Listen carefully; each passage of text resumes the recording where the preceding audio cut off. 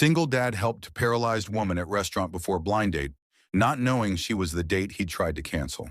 Before we continue, tell us where in the world you're watching from. We love seeing how far our stories travel. Jackson Reed sat in his truck outside the Turning Point Cafe at 6:45 on a Saturday evening, staring at his phone like it might spontaneously combust. And honestly, he was kind of hoping it would, so he'd have a legitimate excuse to bail on this whole disaster of an idea. His sister Vanessa had been texting him all day with increasingly threatening messages. The latest one reading, "You promised. She's already inside waiting. Don't you dare cancel on her." And Jackson knew she wasn't messing around because Vanessa had dirt on him going back to when they were kids, and she wasn't afraid to use it.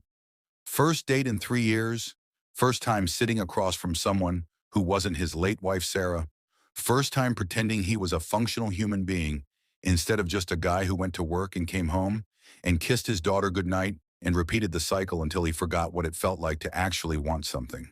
He typed out another text to Vanessa. "I can't do this. I'm not ready. It's only been 3 years since Sarah died."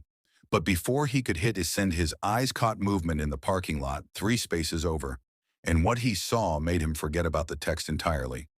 Woman struggling to get a wheelchair out of her back seat, her hands shaking so badly she kept dropping the pieces, tears streaming down her face in the glow of the overhead lights.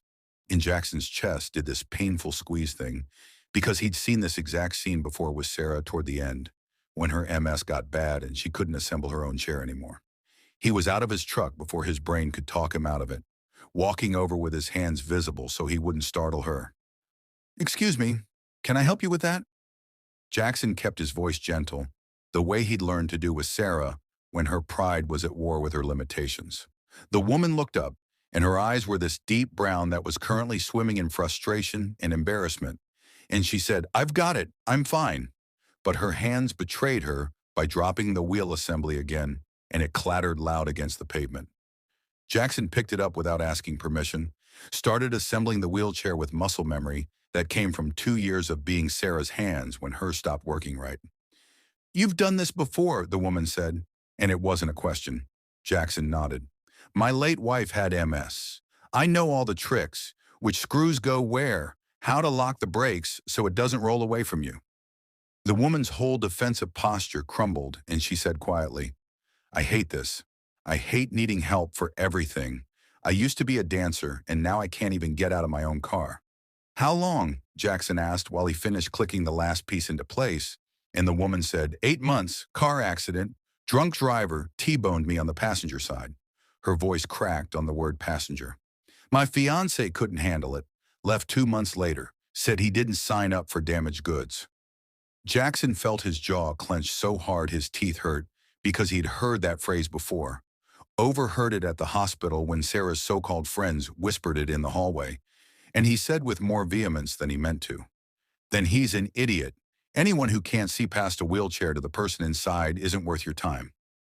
The woman blinked at him like he'd just spoken in a foreign language, and Jackson realized he was still kneeling beside her car like some kind of parking lot knight, so he stood up and offered his hand. "Let me help you in?" She took his hand, and he supported her weight while she transferred from car seat to wheelchair.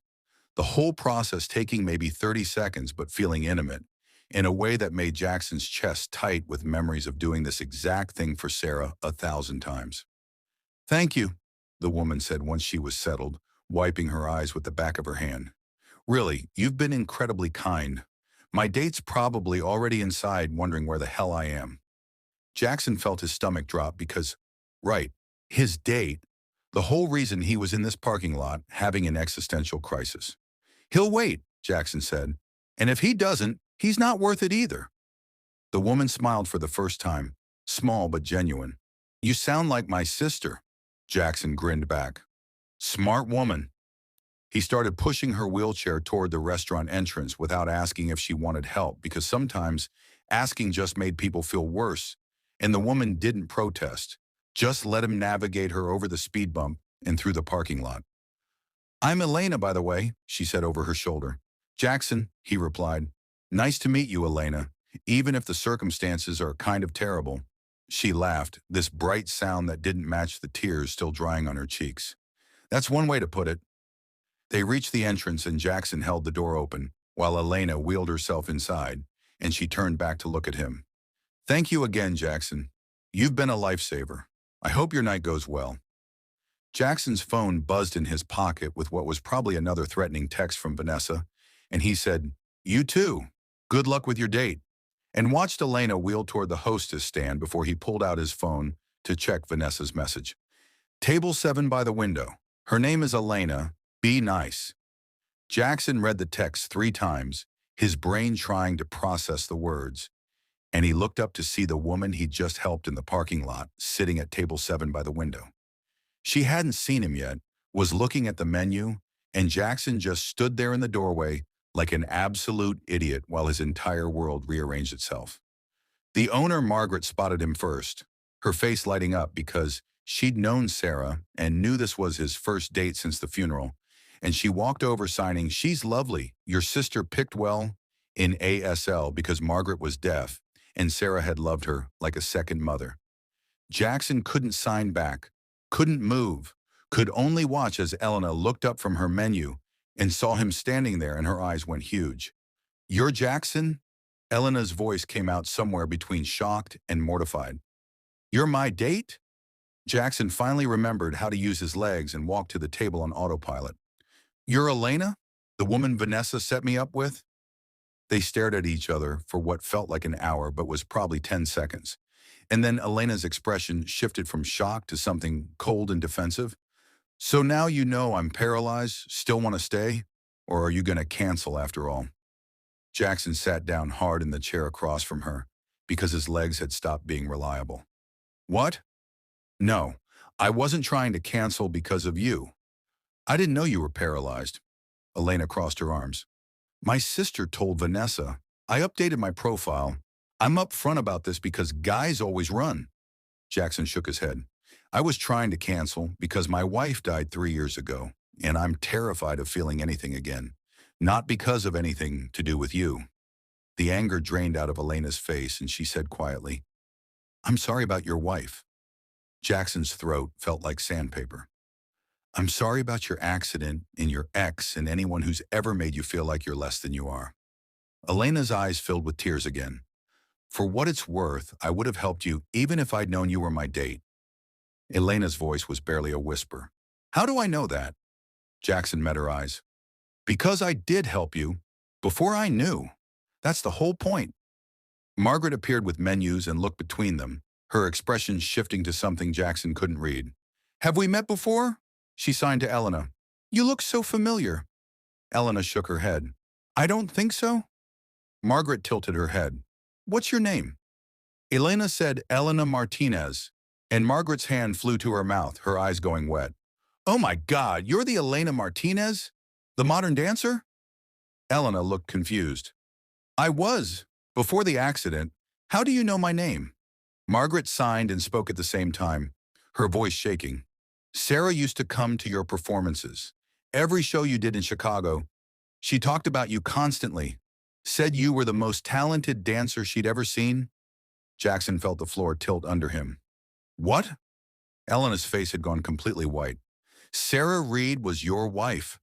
Margaret disappeared into the back office and came back 2 minutes later, carrying a worn leather journal that Jackson recognized immediately as one of Sarah's, and she opened it to a page marked with a pressed flower. The entry was dated 3 weeks before Sarah died, and Margaret slid it across the table so they could both read it. Sarah's handwriting filled the page, talking about watching Elena perform, about how dance gave her hope even as her own body was failing, about how if Jackson ever met Elena someday, he should tell her she gave a dying woman joy in her darkest hours. Jackson couldn't see through his tears, and Elena was openly sobbing, and other diners were pretending not to stare while Margaret brought over a whole box of tissues. She knew, Jackson said, his voice wrecked. Somehow, she knew we'd meet. Elena pulled something from her purse with shaking hands, a small silver ballet shoe charm on a delicate chain. She gave me this after my last performance of Swan Lake. Told me it was for luck. For when I felt like giving up, I've kept it with me every single day. Jackson stared at the charm and his heart just stopped because he'd given that to Sarah for their 8th anniversary. They talked until the cafe closed at 10, about Sarah's MS and Elena's accident in grief and survivor's guilt and learning to live with loss. And when Margaret finally kicked them out, Jackson walked Elena to her car. "Can I see you again?" he asked. "Not as a date, just, I want to hear more about Sarah, and I think she'd want me to help you if you'll let me." Elena said, "I don't need charity." And Jackson said, "Good, because I'm not offering it. I'm offering friendship. And maybe if you're open to it, I know someone who could use a dance teacher. My daughter used to dance, but she stopped after Sarah died." Elena looked up at him with those brown eyes that had cried enough tears for one night. "I can't dance anymore." Jackson thought about Sarah's journal entry. "Sarah wrote that you could, just differently. My daughter needs to remember that dance is about joy, not perfection. You could teach her that." Elena was crying again. "I don't know how to teach from a wheelchair." Jackson helped her into her car. "Then we'll figure it out together." Jackson called his sister Vanessa at 7 in the morning the day after the date, and she picked up sounding like death warmed over, because normal people don't get phone calls at 7 a.m. on a Sunday unless someone died or got arrested. "This better be good," Vanessa groaned into the phone, and Jackson said, "I almost canceled. Then I helped her in the parking lot before I knew who she was." And there was this long silence before Vanessa sat straight up in bed and said, "What?" He told her everything, the wheelchair and the tears and Sarah's journal and the ballet shoe charm. And by the end, Vanessa was crying into the phone saying, "Sarah planned this. I know she did. She always said you'd find someone who needed you as much as you needed them." Jackson asked if Elena could come over Saturday to meet Mia, to maybe try teaching her to dance again. And Vanessa said through her tears, "You're already in love with her, aren't you?" And Jackson didn't deny it, because what was the point? Saturday morning at 10 a.m. sharp, Jackson's doorbell rang, and his daughter Mia ran to answer it before he could stop her, then immediately hid behind his legs when she saw Elena in the wheelchair, because kids don't have filters about that kind of thing. Elena wheeled herself inside with this nervous smile and said, "Hi, Mia. I'm Elena. Your dad said you used to dance?" Mia's voice came out so quiet Jackson barely heard it. "I don't dance anymore." Elena asked why not, and Mia said, "Because mommy's gone and dancing makes me sad." Elena's whole face softened and she wheeled closer, but not too close, giving Mia space. "Can I tell you a secret? Dancing makes me sad too. I used to dance on big stages with my legs, and now I can't use my legs at all." Mia peeked out from behind Jackson's legs. "Then how do you dance?" Elena's smile got wider. "Want me to show you?" She put on music from Jackson's collection, Sarah's favorite song, and started moving her arms and upper body in this fluid, beautiful way that had nothing to do with legs and everything to do with feeling the music in your bones. Mia watched like she was witnessing actual magic, and when Elena asked, "Can you try?" Mia started moving her arms tentatively at first, and then with more confidence. And Jackson stood in the doorway crying because his daughter was dancing for the first time in 3 years. Every Saturday after that, Elena came over for lessons, teaching Mia that dance lived in your heart, not your feet, and they'd all have lunch together afterward, like some kind of makeshift family that nobody had planned, but everyone needed. 1 month in Jackson made her a job offer over sandwiches, while Mia was distracted with her coloring books. "My architecture firm is designing a new performing arts center. We need an accessibility consultant, someone who understands performance and disability from the inside." Elena put down her sandwich. "I'm not qualified for that." Jackson said, "You're more qualified than anyone. You've lived both sides, and it pays $50,000 a year with benefits." And Elena's eyes went wide, because that was more money than she'd seen since the accident. "This feels like charity," Elena said, and Jackson could hear the walls going up in her voice. "It's not charity. The position existed. I just made sure you knew about it. You'd be helping design spaces where people like you can perform. That's not charity, that's necessity." She took the interview, blew his boss Richard away with ideas about wheelchair-accessible stages and sightlines and sensory-friendly performance spaces, got hired on the spot, and Jackson watched her drive away that day knowing he was falling deeper than he'd meant to. 3 months later, Elena got invited to speak at a national accessibility conference, and she called Jackson at midnight having a panic attack. Because what if she screwed it up? What if people laughed? What if she proved she was a fraud? He talked her down over the phone for an hour and showed up at the conference with Mia, sat in the front row, while Elena spoke from her wheelchair about losing her legs and finding her purpose. And when she said, "A little girl taught me that dance doesn't live in your legs, it lives in your spirit," Mia started crying, and so did half the audience. That night after Mia went to bed, they sat on Jackson's porch with tea, and Elena said, "Thank you for believing in me when I didn't believe in myself." And Jackson said, "Thank you for giving Mia her joy back." And they leaned in at the same time. Jackson stopped right before their lips touched. "I need to tell you something." Elena's breath was warm on his face. "What?" Jackson forced himself to pull back. "I'm falling in love with you, but I'm scared I'm only loving you because Sarah led me to you, and I don't want you to be her replacement." The hurt that flashed across Elena's face made Jackson want to take the words back. But she said, "Is that what you think I am? A replacement?" And Jackson said, "No, but I need to be sure. For both of us." And Elena pulled away completely. She still came every Saturday for Mia because she wouldn't abandon the kid. But the easy conversation stopped and the lingering looks ended. And Jackson knew he'd screwed up the best thing that had happened to him since Sarah died. 3 months of this awkward dance around each other until Sarah's birthday came around, the day she would have turned 38, and Jackson took Mia to the cemetery like they did every year. He didn't expect to see Elena there, kneeling beside Sarah's headstone in her wheelchair, with flowers in her lap. And when she saw them, she didn't look surprised. "Your sister told me," Elena explained. "I wanted to thank her." She turned back to the headstone and started talking like Sarah could hear her. "I don't know if you meant for this to happen, but I fell in love with your husband, and I love your daughter like she's my own. And I promise I'm not trying to replace you. I'm just trying to honor what you started." Jackson dropped to his knees beside her wheelchair, took her hands, his heart hammering. "You're not her replacement. You're your own person, and I love you, not her memory, just you."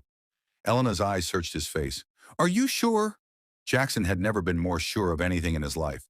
"I've spent 3 months being an idiot because I was scared. But I'm more scared of losing you than I am of loving again."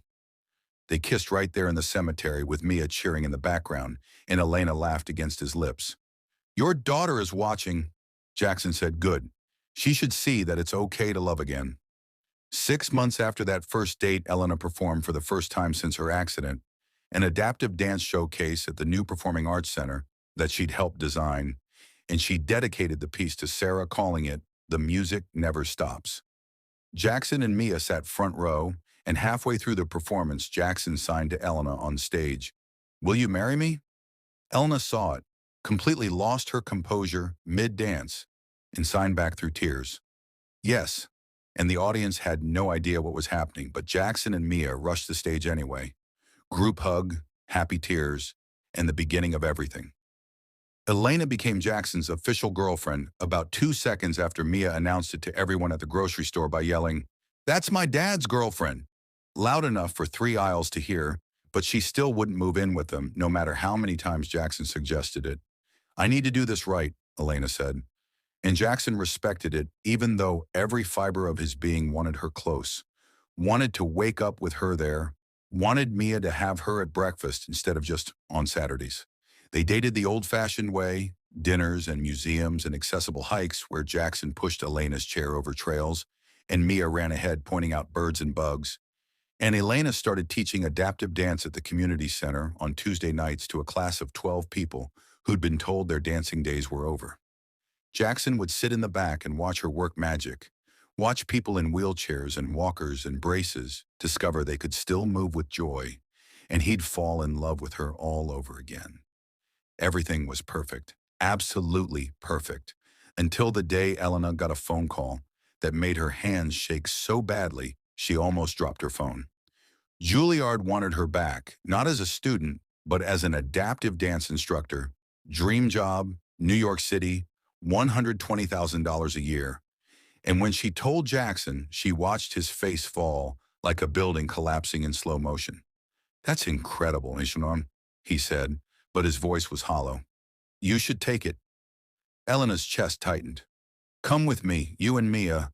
We could all go to New York together." Jackson shook his head. "I can't. My firm is here. Mia's school is here. Sarah's grave is here."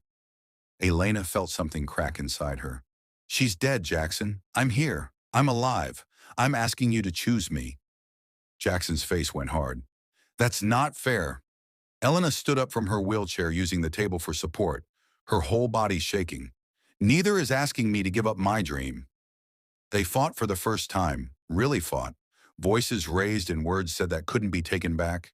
And Elena left with tears streaming down her face, and Jackson punched the wall hard enough to leave a dent. Mia found him an hour later sitting on the porch steps with his head in his hands, and she climbed into his lap, even though she was getting too big for it. Are you and Miss Elena breaking up? Her voice was so small it broke what was left of Jackson's heart. I don't know, baby. Jackson held her tight. Mia was quiet for a minute, then said in that matter-of-fact way kids have, Mommy wouldn't want you to be sad, and Mommy's in heaven, but Miss Elena is here. You should pick the people who are here, Daddy. Out of the mouths of babes, Jackson thought, and realized his 6-year-old daughter had more wisdom than he did. Monday morning, Jackson walked into his boss Richard's office and said, We need to talk about opening a New York office. And Richard looked at him like he'd grown a second head. We don't have a New York office, Jackson said. I know, we should. Accessible design is exploding there. Let me head it up.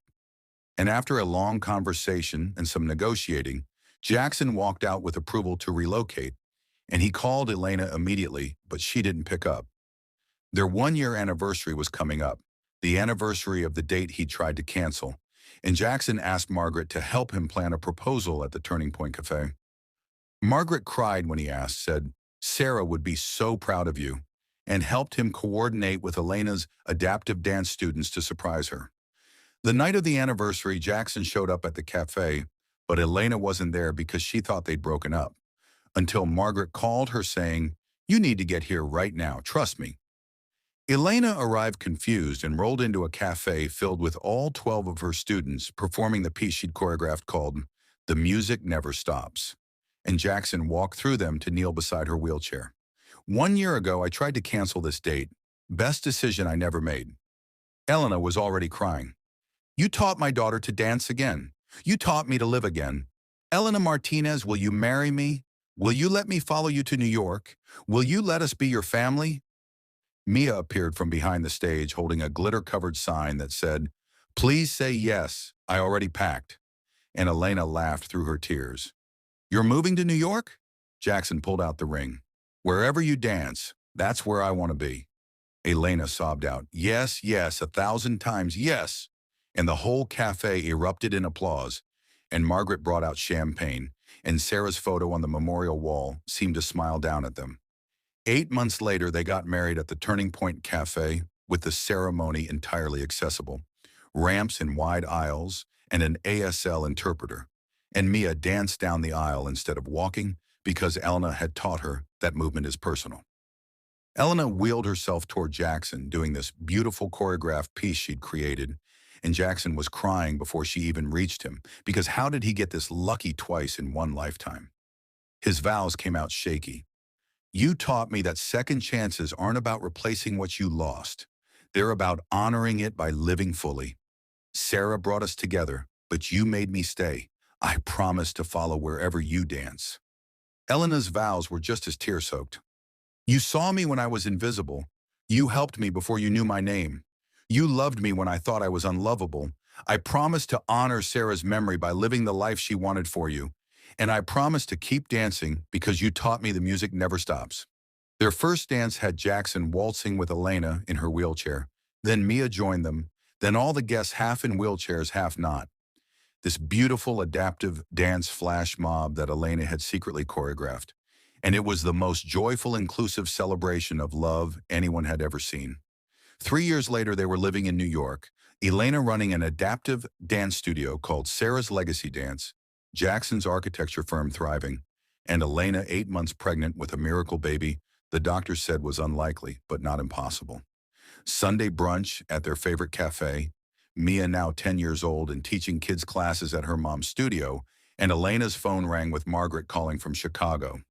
The Turning Point is hosting Sarah's Memorial Scholarship Gala. Will you come speak? Elena looked at Jackson. We'll be there. All 4 of us. Jackson said, 4? And Elena took his hand and placed it on her belly. Her name is Sarah Elena, if that's okay with you. Jackson couldn't speak through his tears, just nodded, and Mia squealed, "Baby, Sarah is going to be the best dancer ever." They flew to Chicago for the gala, and Elena performed with Mia at the turning point. And afterward, Margaret brought out Sarah's journals and showed them the last page Jackson had never read. Sarah's handwriting said, "If you're reading this, it means you found her, the dancer. Tell her thank you for finishing what I started. Tell her the music never stops. And tell my daughter that mommy's dancing in heaven cheering for all of you. I love you, Jackson. I love you, Mia. And I love whoever has the strength to love you both. Dance on." Sometimes the dates we try to cancel become the moments that change our lives. Sometimes helping a stranger in a parking lot becomes the beginning of everything. Sometimes the person we're meant to love arrives in a form we never expected and teaches us that strength has nothing to do with legs and everything to do with heart. Jackson tried to cancel a date. Elena almost gave up on love. Sarah's memory brought them together. But they chose each other every single day because real love isn't about perfect timing or perfect bodies. It's about showing up and helping without knowing and dancing even when the music changes.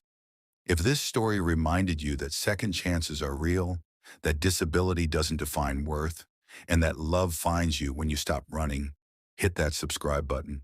Share this with someone who needs to hear their story isn't over. The music never stops, you just have to listen differently. Thanks for being here with us.